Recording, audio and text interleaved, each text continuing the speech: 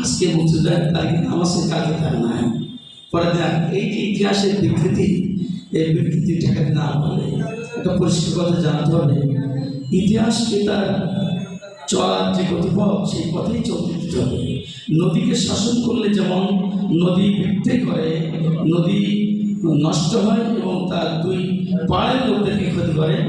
ইতিহাসকে যদি সীমায়িত করা হয় তাহলে এটা ইতিহাস বিকৃত হয়, তখন জাতি পথ হারিয়ে তাদের জান্নাত কামনা করে এবং আমরা তাদের পথ ধরে আমাদের ভাষার মর্যাদা যাতে রক্ষা করতে পারি। আবার ভাষার মর্যাদা রক্ষা করতে যে যেন এমন না যেটা আমাদের জবানের ভাষা, যেমন আমাদের গ্রামের মানুষ বসে থাকি আজকে জল পানি দুটো বললে কিন্তু জল বললে গোনা হয় আর পানি বললে সব হয়, ব্যাপারটা কিন্তু এমন নয়, কিন্তু একটা কালচার ধারণ করে সেই কালচার